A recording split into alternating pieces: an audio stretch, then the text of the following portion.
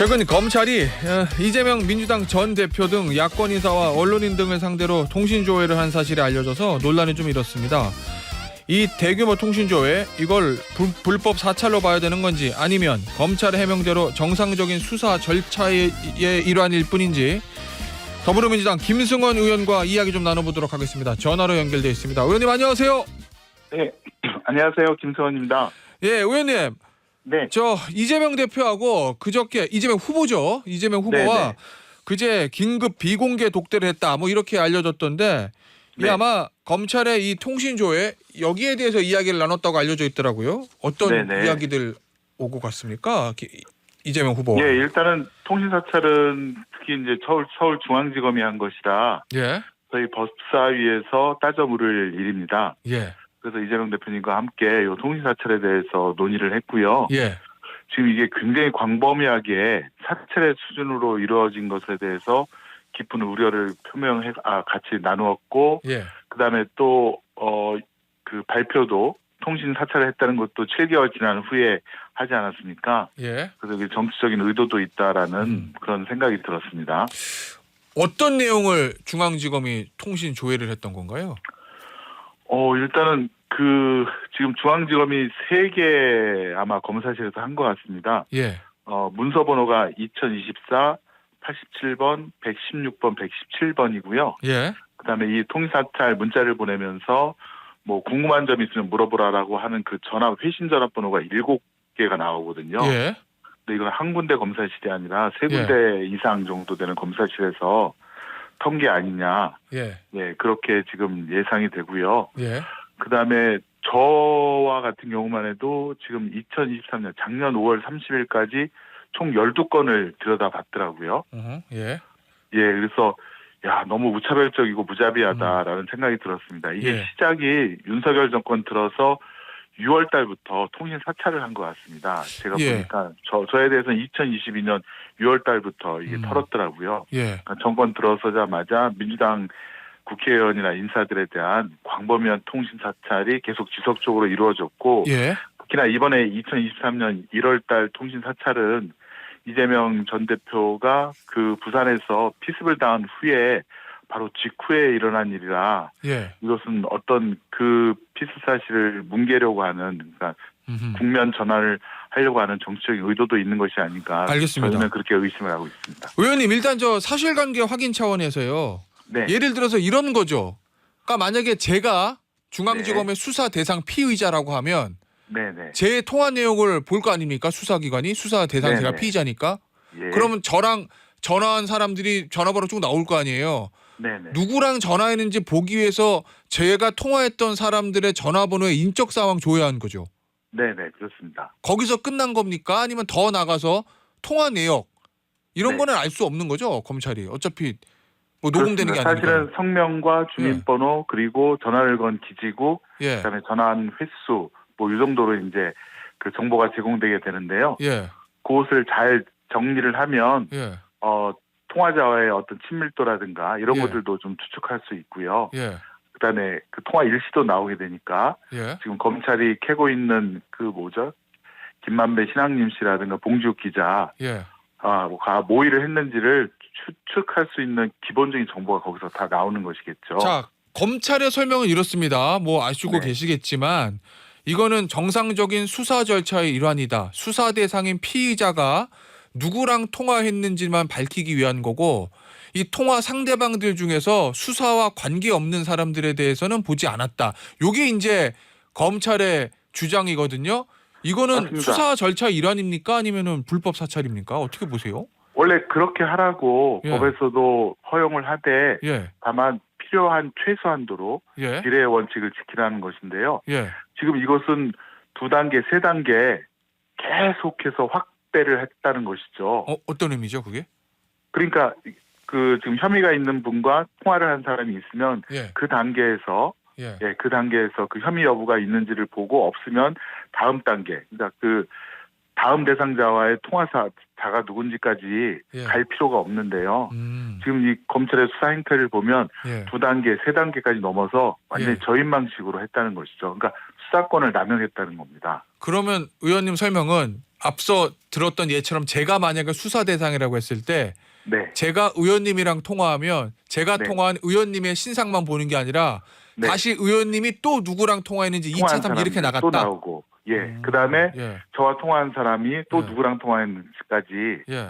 간 게 아니냐. 그래서 예. 저희가 지금 2단계, 3단계, 이게 4단계까지 간 게 아니냐. 예. 그런 의심을 갖고 이거는 반드시 저희 법사위에서 질의를 해야겠다, 규명을 해야겠다 이렇게 판단하고 있는 것입니다. 자, 의원님 그런데 의원님도 네. 기억하시겠지만 이게 제가 처음 본 장면은 아닌 것 같거든요. 네, 여야가 네. 바뀌긴 했는데 21년에 네. 비슷한 논란이 있었습니다. 당시에는 네. 이제 공수처가 이른바 네, 이제 네. 고발 사주 의혹, 그다음에 당시 이성윤 고검장의 공소장 유출 의혹, 요거 수사하는 과정에서 똑같이 당시 야당이었던 국민의힘 의원들 그리고 네, 기자, 뭐 가족 이렇게 이제 통신 가입자 내역 조회 지금하고 똑같거든요. 네네. 해서 논란이 된 적이 있습니다. 그때랑 지금이랑 여야만 바뀌었는데 그때랑 네네. 지금이랑 다른 게 뭐 있습니까? 뭐 그 대상과 범위 아니겠습니까? 예, 공수처가 1년에 통신조회 한 게 2,000건입니다. 예, 근데 검찰은 2022년도에는 130만 건이고요. 예, 그다음에 2023년도에는 148만 건입니다. 예, 17만 건이나 늘었는데요. 예, 그만큼 광범위하고 포괄적으로 한다는 게 이제 검찰 이 통신 사찰의 문제점이고요. 네. 공수처는 아마 1단계 혹은 2단계에서 멈춘 것으로 보여집니다. 그런 차이가 있는데 지금 예. 그럼에도 불구하고 윤석열 전 후보가 예, 공수처장을 구속시켜야 된다는 등 뭐 예. 미친 거 아니냐는 등 이런 막말을 써가면서 비판한 적이 있었거든요. 예, 그런데 이 서울중앙지검 반부패 수사 일부야말로 예, 정말로 저인망식, 쌍끌이식 무자비한 통신 사찰을 하고 있는 것이 지금 하나둘씩 증거가 나오고 있는 것이죠.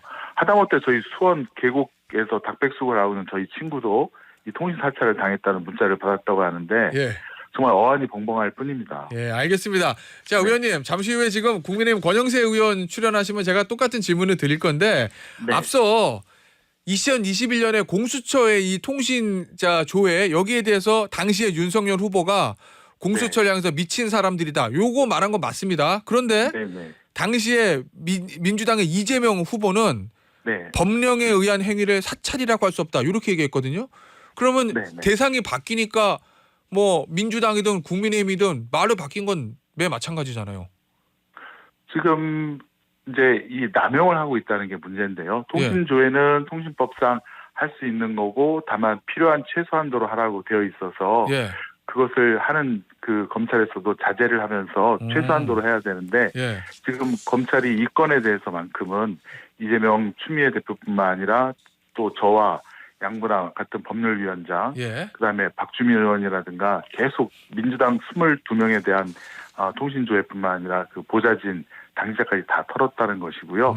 그런데 그렇습니다. 저희 검찰 수사권 갖고 있는 게 법에서 허용하는 거지만 그 수사권을 갖고 지금 이재명 대표에 대해서 200페이지가 넘는 공소장이라든가 20만 페이지가 넘는 수사 증거 기록 그다음에 증인 신청을 470명을 하고 있지 않습니까? 예. 그렇게 국민을 괴롭히는 방향으로 수사권을 남용하니 그것이 문제가 되고 예. 그래서 제도적으로 이번에말로 고쳐야 된다. 알겠습니다. 그런 국민의 목소리가 나오고 있는 것입니다. 자, 그럼 의원님의 남용이 문제죠. 의원님의 말씀을 요약을 하면 이런 형태 수사 방식 자체가 문제가 아니라 그거를 남용하는 게 문제다는 말씀이신 거잖아요. 그렇습니다. 예, 정치적 의도를 예. 갖고 있는 것이고요. 이게 1월 달에 이뤄진 것인데 그러면 한 달 후에 이런 통신조회를 했다라고 통지를 해줘야 되는데 예. 그때가 2월 달 아닙니까? 예. 한참 4월 10일 예. 총선을 앞두고 예.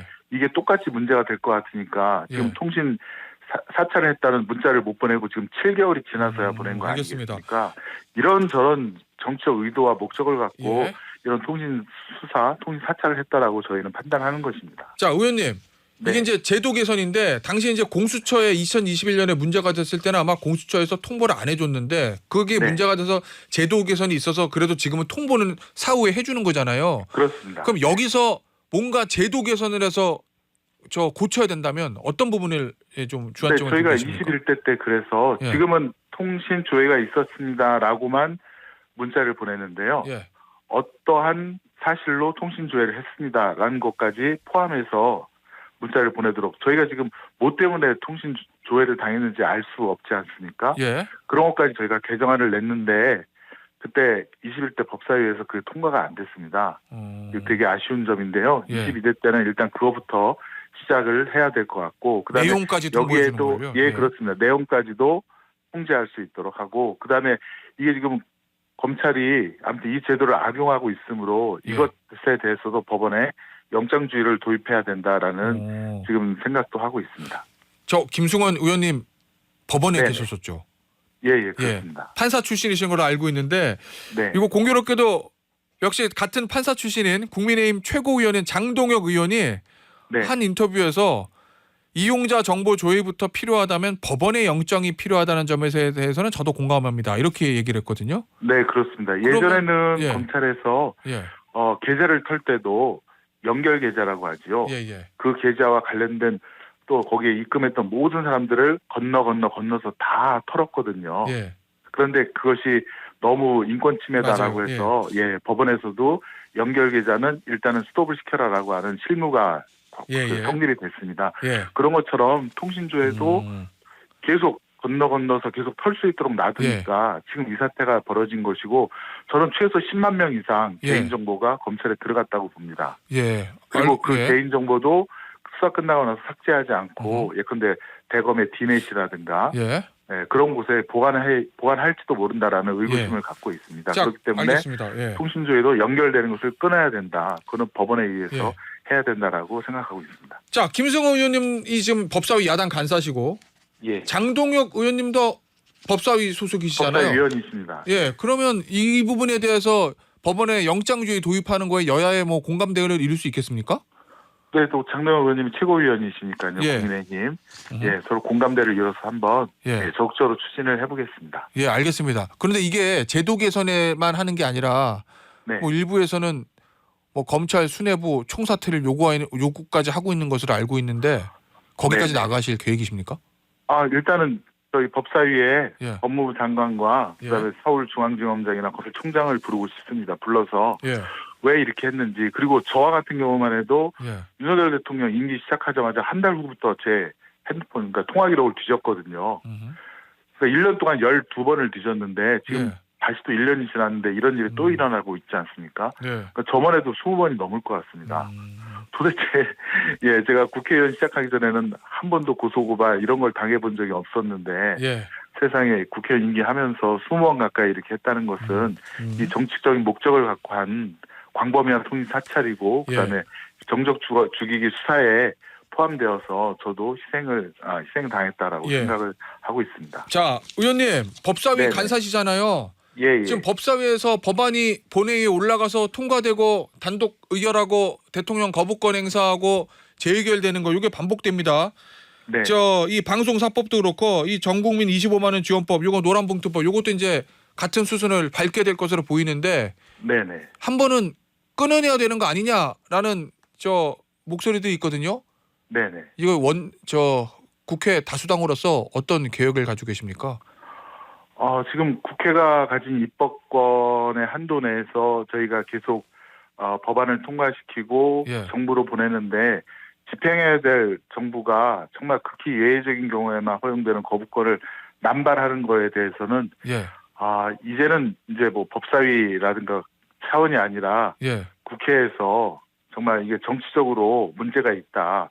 대통령의 그 거부권 남용이다. 특히나 본인과 관련된 수사를 막는 것은 그것은 그 법률에 정해진 이해충돌 원칙에도 반한다. 이것이 결국은 탄핵 마일리지를 쌓고 있는 것이 아닌가. 예. 그래서 국회가 전부 다 일어나서 예. 특히 야당이 중심으로 해서 아마 탄핵 문제까지도 고려해야 될 시점이 되지 않았는가. 그런 생각이 들 정도로 예. 너무나도 그 무도한 거부권 행사를 남발하고 있다라고 판단이 됩니다. 자, 그러면 의원님 앞으로도 계속 이 패턴을 반복하시겠다 이런 말씀이신 건가요? 예를 들면 법안을 법사위 통과해서 본회의에 올릴 때 요거 이제 국민의힘에서 반대할 게 꼭 대통령의 거부권을 행사할 게 예상이 되는 법률도 똑같은 패턴으로 계속 통과시키겠다? 사실은 예. 그 국민의힘 법사위원들이라든가 의원님들이 자기 목소리를 내주면 예. 어느 정도 협의가 될 것 같은데 예. 저희가 협의가 된 사항도 용산에서 이렇게 지시가 내려지면 예. 모든 게 다 틀어져 버립니다. 예. 그런 것들을 지금 반복하고 있어서 예. 대통령을 설득하지 않고서는 국민의힘 의원들께서 뭐 협상할 권한도 없는 것처럼 지금 느껴지기 때문에 예. 그런 협의가 지금 국회 자체 내에서는 어렵다라고 저희는 지금 판단을 생각을 하고 있습니다. 그 의원님, 제가 네. 어제 오늘 저 기사를 좀 보니까 일부 네. 언론에서 네. 민주당의 일부 의원들이 네. 그래도 우리가 일당인데 뭔가 네. 성과를 내기 위해선 조금 완화해서라도 국민의힘과 협상해서 법을 통과시키는 게 맞지 않느냐라는 네. 목소리도 있다고 하는데 어떻습니까? 그 부분은? 뭐 국민의힘께서 그런 협상 권한을 갖고 있으면 예. 저는 뭐 협의를 시작해도 된다고 보여지는데요. 예.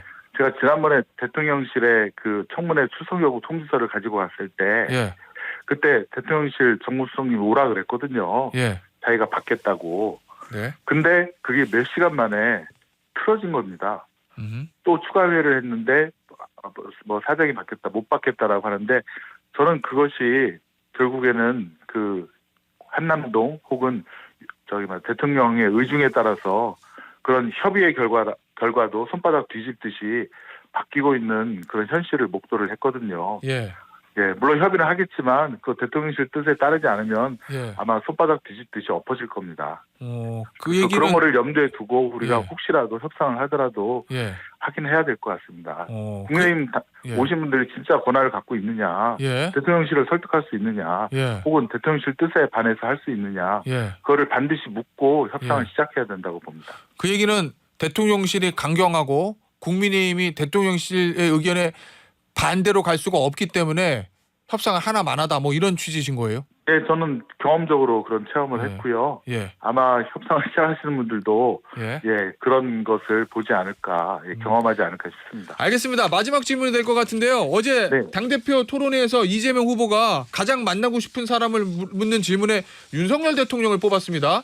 네. 뭐 사실상 제2차 영수회담을 요구한 것이다. 이렇게 저희가 봐도 되겠습니까? 네, 사실 어떻게 보면 엉클어진 이 실타래를 푸는 것은 윤석열 대통령 본인밖에 없는 것 같습니다. 네. 지금 국민들께서는 윤석열 대통령이 맞냐 아니면 뭐 김건희 여사가 대통령 또 다른 부위 아니냐 이런 얘기까지 나오고 있지 않습니까? 예. 그것을 풀려면 대통령께서도 공개된 토론 자리에 나와서 우리 이재명 대표님과 함께 토론하고 얘기를 해야 된다고 봅니다. 그래서 대통령의 진정한 의도가 무엇인지 또 국민을 위한 마음이 무엇인지 본인이 스스로 먼저 밝히셔야 이 헝클어진 정국을 풀어나갈 수 있을 거라고 생각이 됩니다. 알겠습니다. 오늘 인터뷰는 여기서 마무리하도록 하겠습니다. 더불어민주당 김승원 의원이었습니다. 의원님 감사합니다. 네, 고맙습니다.